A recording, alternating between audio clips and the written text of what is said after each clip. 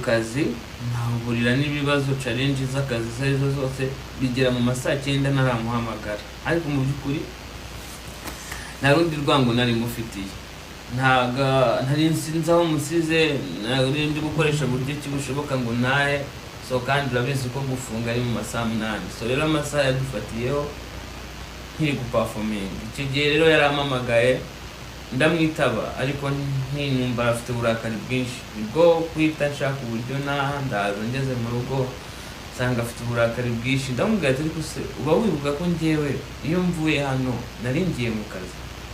Ese njyewe nari ngiye mu kabari? Ese bese ngira ikintu nari ndimo?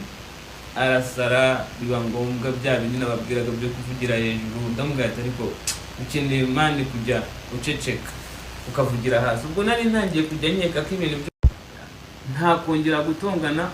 Ubwo mwanzuro dufashe ni uko umuntu uzongera gukora ikintu cy'ubugoryi agomba guhunda umwanya undi.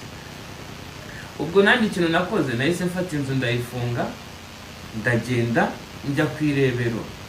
Ngiye kwirebero, ngeze kwirebero umuturanyi baramamagaye ati ariko se kuri kwimuka? Ati ngewe se ndi kwimuka?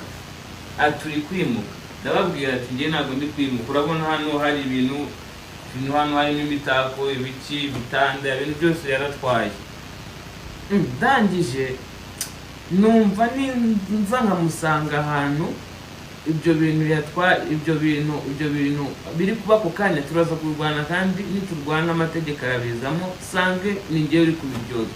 Ikintu nakoze nahise ngendera uko, nahise ngenda eri joro. Nibwo ikintu cyangaruye, nibwo nahamagawe narindi higiriya Bukavu. Ubwo umuyobozi kuri ribo wanyandikiye ati turi gushaka umugore wawe yarakureze. Ndavuga ati ariko uyu muntu aranshaka hiki? Ntibi bintu tubayeho, hari n'ibindi ntavuga uko sindi hano kumurega cyangwa kumushinza, ariko umuntu wambaniye bitari byiza pe, mu buryo ntabwo yambereye umugore mwiza. Njyewe vava kigera mu buzima bwanjye bwese bumera nk'akayunguruzo katobaguritse. Buri kintu cyanjye cyose cyahise kijya ku gasozi. Ubwambure bwanjye, amabanga, uburyo nkoramo ibintu, nkagenda nkasanga inshuti zanjye zifite amakuru ntazi, kumbi ariko sinicinga.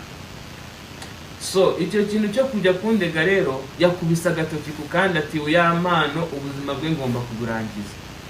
Sibyo nibyo. Ubu mu mwaka umwe vava mu mwaka umwe yakuyemo